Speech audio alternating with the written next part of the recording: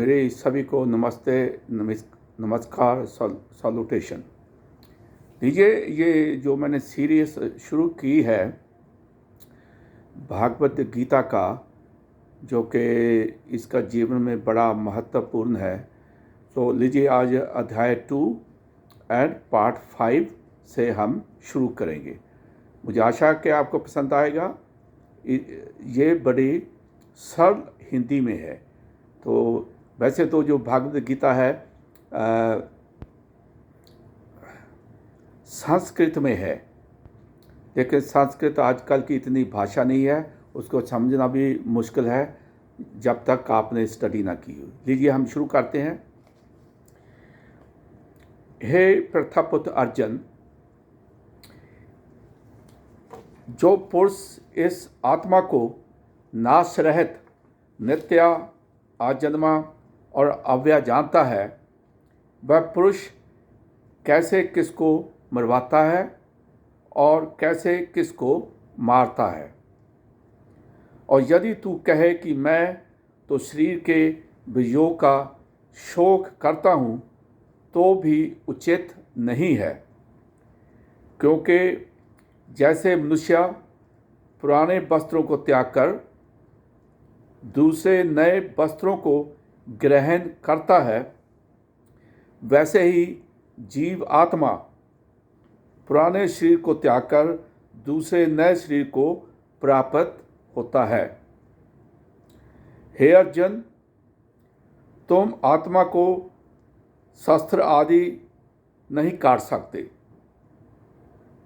और इसको आग नहीं जला सकती और इसको जल गीला नहीं कर सकता और यह वायु भी इसको नहीं सुखा सकती, क्योंकि ये आत्मा अछेद है। ये आत्मा अधामा, अक्लेथ और अशोष्य है, तथा ये आत्मा निसंदेह, नित्य, सर्वव्यापक, अचल, स्थिर रहने वाला और सनातन है। ये आत्मा अव्यक्त अर्थात इंद्रियों को अविष्या, और ये आत्मा अविचित्या अर्थात मन का अविष्या, और ये आत्मा विकार रहित अर्थात ना बदलने वाला कहा गया है। इसे हे अर्जुन, इस आत्मा को ऐसा जानकर तू शोक करने योग्य नहीं है, अर्थात तुझे शोक करना उचित नहीं है। यदि तू इसको सदा जन्मने और सदा मरने वाला माने, तो भी हे अर्जुन, इस प्रकार शोक करने के योग्य नहीं है, क्योंकि ऐसा होने से जन्मने वाले की निश्चित मृत्यु और मरने वाले का निश्चित जन्म होना सिद्ध हुआ।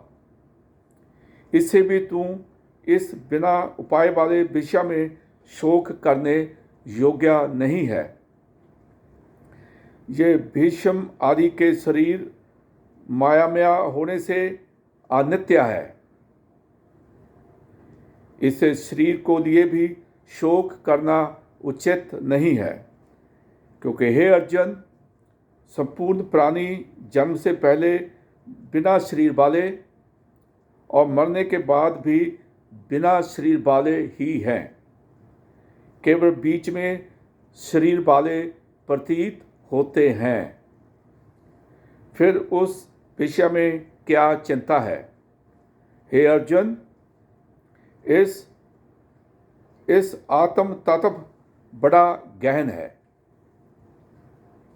इसलिए कोई महापुरुष इस आत्मा को आचार्य ज्यों देखता है, और वैसे ही दूसरा कोई महापुरुष ही आचार्य ज्यों इस तत्व को कहता है, और दूसरा कोई भी इस आत्मा को आचार्य ज्यों सुनता है, और कोई कोई सुनकर भी इस आत्मा को नहीं जानता।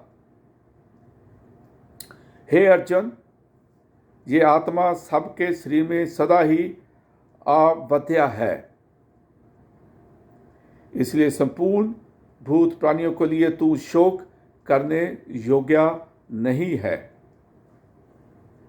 और अपने धर्म को देखकर भी तू भय करने योग्य नहीं है, क्योंकि धर्मयुक्त युद्ध से बढ़कर दूसरा कोई कल्याणकारक कर्तव्य क्षत्रिय के लिए नहीं है। हे पार्थ, अपने आप प्राप्त हुए इस खुले हुए स्वर्ग के द्वार रूप इस प्रकार के युद्ध को भगवान क्षत्रिय लोग ही पाते हैं। और यदि तू इस धर्मयुक्त संग्राम को नहीं करेगा तो सब धर्म को और कीर्ति को खोकर पाप को प्राप्त होगा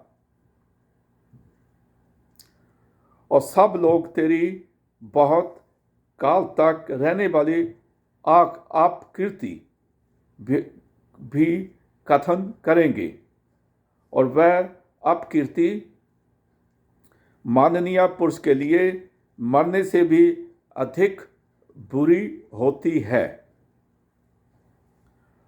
और जिनके तू बहुत माननीय होकर भी अब तुझको प्राप्त होगा, वह महारथी लोग तुझे भय के कारण युद्ध में उपराम हुआ मानेंगे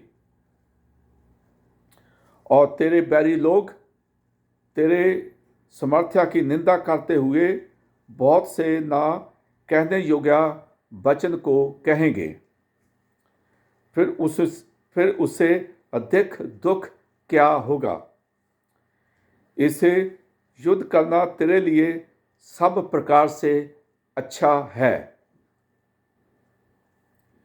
क्योंकि या तो मरकर स्वर्ग को प्राप्त होगा अथवा जीतकर पृथ्वी को भोगेगा। इससे हे अर्जुन, युद्ध के लिए निश्चय वाला होकर खड़ा हो।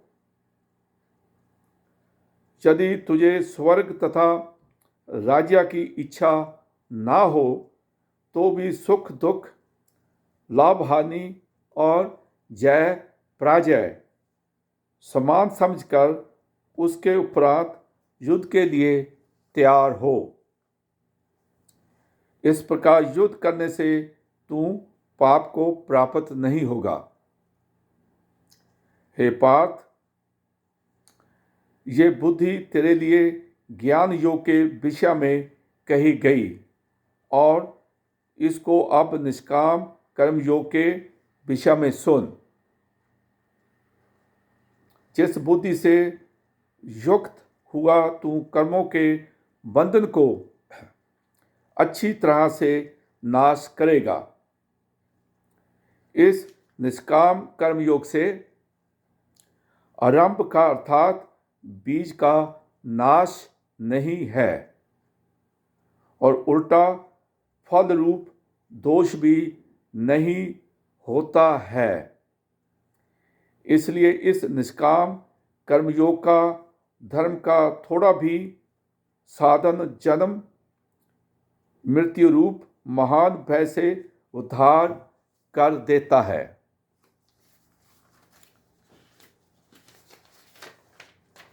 ये भागवत गीता अध्याय 2 पार्ट 5 मैं आपको सुना रहा था और आप सुन रहे थे। ये बड़ी सरल हिंदी में है। हमारे जितने भी विद्वान आए हैं, ऋषि मुनि आए हैं, हमेशा उन्होंने ये भगवान कृष्ण का उपदेश समझा और दूसरों को बताया। इसलिए आपका सारा जीवन सफलता रहेगा।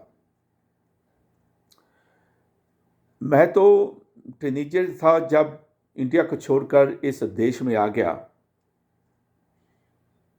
जब मैं स्कूलों में वहाँ जाता था तो मुझे अपने कल्चर के बारे में बिल्कुल पढ़ाया नहीं गया। जो इंडिया के इन्वेडर थे उसके बारे में मुझे ज़्यादा जानकारी है। ये बड़ा दुर्भाग्यपूर्ण है ये कैसा देश है जो अपने कल्चर के लिए भी स्कूल में नहीं पढ़ाया गया।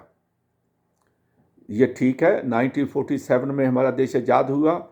मैं तो ये मानता हूँ देश आज़ाद हो गया, लेकिन उसके बाद देश में काले अंग्रेजों ने आ गए और और और देश को अच्छी तरह लूटा, ये आप सब जानते हैं।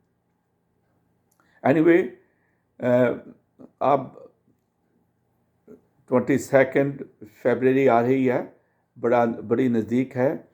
जो राम मंदिर बन गया है और उसकी स्थापना जो मंत्रों द्वारा जो भी विधि है उससे की जाएगी। हम सभी देखते हैं, बड़ा अच्छा लगता है। इसकी यहाँ से भारतवासियों को इंडिया में बहुत बहुत बधाई हो। अब ये राम का मंदिर तो बन गया, अब इस साल मुझे आशा है कि भगवान कृष्ण का भी मंदिर बन जाएगा। मैं पूरी आशा करता हूँ। तो एक कोशिश होनी चाहिए, कोई नहीं, हम वेट करेंगे। 500 साल वेट किया और कृष्ण भगवान के लिए भी हम वेट करते रहेंगे। अच्छा रिजल्ट आएगा। इन विचारों के साथ हमारी जो राम भूमि है उसके बाद हम बड़ी अच्छी प्रकार इंतज़ार करे बैठे हैं। सारा प्रोग्राम वहाँ पे मुझे आशा है कि ठीक रहेगा। सभी को कामनाएं। हम उस दिन भी जितने भी हिंदू टेम्पल हैं हमें कनाडा में, वो भी अपनी यहाँ से प्रार्थना भगवान राम को याद करेंगे और उसका जो चरित्र है उसको अपने जीवन में लेके आएंगे। तो आप इस प्रोग्राम को देखने का नमस्कार। एंड आप खुश रहें। अच्छा लगा। Bye bye.